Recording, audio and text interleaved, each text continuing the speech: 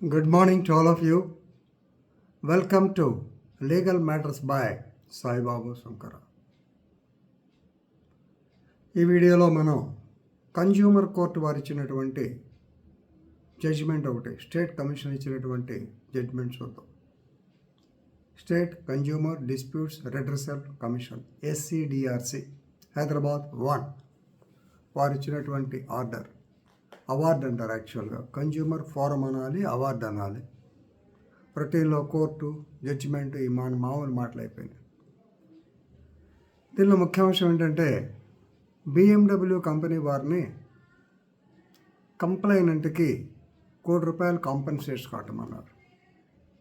Reason ఏమిటి? Air bags పనిచేయకపోవటం వల్ల. BMW company వాళ్ళు ఎయిర్ బ్యాగ్స్ పనిచేయాల్సిన అవసరం లేదు, ఆ టైంకి ఎయిర్ బ్యాగ్స్ పనిచేయవు అని ఆర్గ్యుమెంట్ చెప్పారు. కానీ గౌరవనీయ ఫోరం వారు ఒప్పుకోలేదు. ఏమిటి, ఎందుకు జరిగింది అనేది ఒక్కసారి వివరాల్లోకి వెళ్దాం.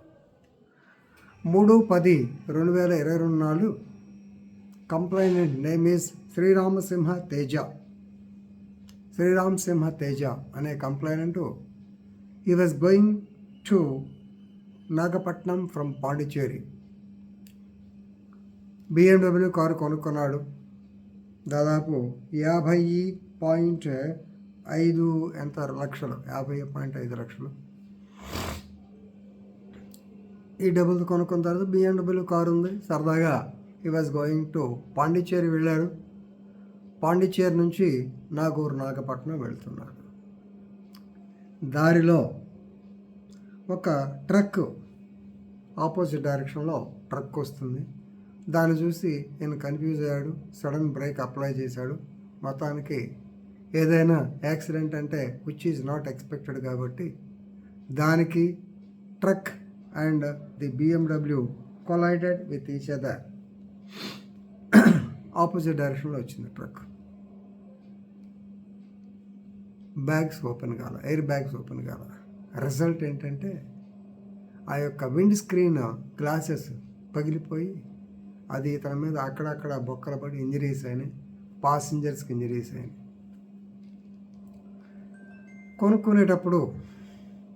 వెహికల్ కొనేటప్పుడు తెసాడ్ BMW is a perfect vehicle, ఏమాత్రం అయినా సరే ఎయిర్ బ్యాగ్స్ పనిచేస్తాయి, 4 బ్యాగ్స్ 6 బ్యాగ్స్ ఏదో లెక్క చెప్పారు.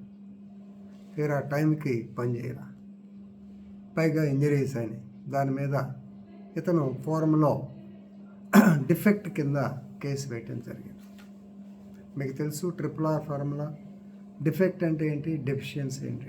Defect in manufacture, deficiency in service. Defect in product, deficiency in service. So ఇది డిఫెక్ట్ ఉన్నది అని ఫోరంలో కేసు వేయటం జరిగింది. BMW వారు ఆర్గ్యూ చేసేది ఏంటంటే ఇది యాక్చువల్గా on seeing the truck coming in the opposite direction he applied sudden brakes, due to which it was crumpled zone అంటారు. అంటే ముందు వెనక బ్యాలెన్స్ చేసుకుంది. దానివల్ల ఆ టైం అంత స్పీడ్ అంటే ఎయిర్ బ్యాగ్స్ ఓపెన్ కావు. తక్కువ స్పీడ్ అయితే ఎయిర్ బ్యాగ్స్ ఓపెన్ కావు. ఎక్కువ స్పీడ్ అయితే అలాగే గుద్దుకుంటే తప్ప ఎయిర్ బ్యాగ్స్ ఓపెన్ కావని ఏదో టెక్నికల్గా రకరకాల మాటలు చెప్పారు. Right. Air bags can be opened only at particular speed and not under. So therefore no defect in the car.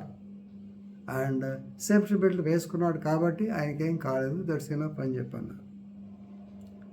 రెండవది, ఇక ఫోరం వారు నెగ్లిజెన్స్ కన్నా ముందు section 16 of the sale of goods act 1930 దాని ప్రకారము conditions relating to the quality of a product, దీని మీద most safe vehicle అనే కదా ఇది, లేకపోతే మామూలు కారు కొనుక్కునేవాడు కాదు. రెండవది, the accident itself says that the air bags did not open due to defect of the vehicle. That is res ipsa loquitur. మీ అందరికీ తెలిసే ఉంటుంది, లా ఆఫ్ టార్ట్స్లో చెప్పారు. Res ipsa loquitur, that means thing speaks itself. Accident చూస్తేనే అర్థమవుతుందా air bags open కాకపోతే ఏం ఉపయోగం. And secondly, the opening of airbags would have prevented the injuries to the passengers particularly to the complainant also, passengers వీడికి కూడా చేశారు. So కాబట్టి కన్జ్యూమర్లో మంచి మాట రాశారు జాతని. Consumer is not an expert in physics calculating the impact of collision on velocity and also frequency other things. అతనికి ఏం తెలుసాయా? అతను ఏమనుకుంటాడు, ఏదన్నా ఇట్లాంటి సడన్ బ్రేక్ వేస్తే ఎదురుగా బండి వచ్చి గుదితే ఆటోమేటిక్గా ఎయిర్ బ్యాగ్స్ ఓపెన్ అయితే మనకి డిఫ్లెక్ట్ ఎయిర్ బ్యాగ్స్ డిప్లాయ్మెంట్ వల్ల మనకేం కాదు అనుకుంటాడు. అది చేయకుండా ఈ పర్టికులర్ స్పీడ్ అయితే ఓపెన్ అవుతుంది, ఈ కథలనే మాకు అక్కర్లేదు. Right? The consumer would assume that, please remember, the bags will open on collision. That is his assumption while buying the vehicle. అంతేగాని ఈ టెక్నికల్ మోడల్ చెప్తే ఎట్లా కుదరదు. So when some accident takes place, definitely the balloon should open. When not opening of balloons is nothing but a defect in the product. So therefore pay compensation of rupees 1 lakh within 4 weeks with 6%. ఇది రొటీనే కదా ఇచ్చటం జరిగింది. So కాబట్టి ఈ technical meanings ఒక్కోసారి వాళ్ళు ఏం చెప్పినా, BMW company వాళ్ళు చెప్పినా ఖచ్చితంగా కన్జ్యూమర్ ఫోరం ఒక్కోసారి ఒప్పుకోకపోవచ్చును అని చెప్పడానికి ఈ వీడియో.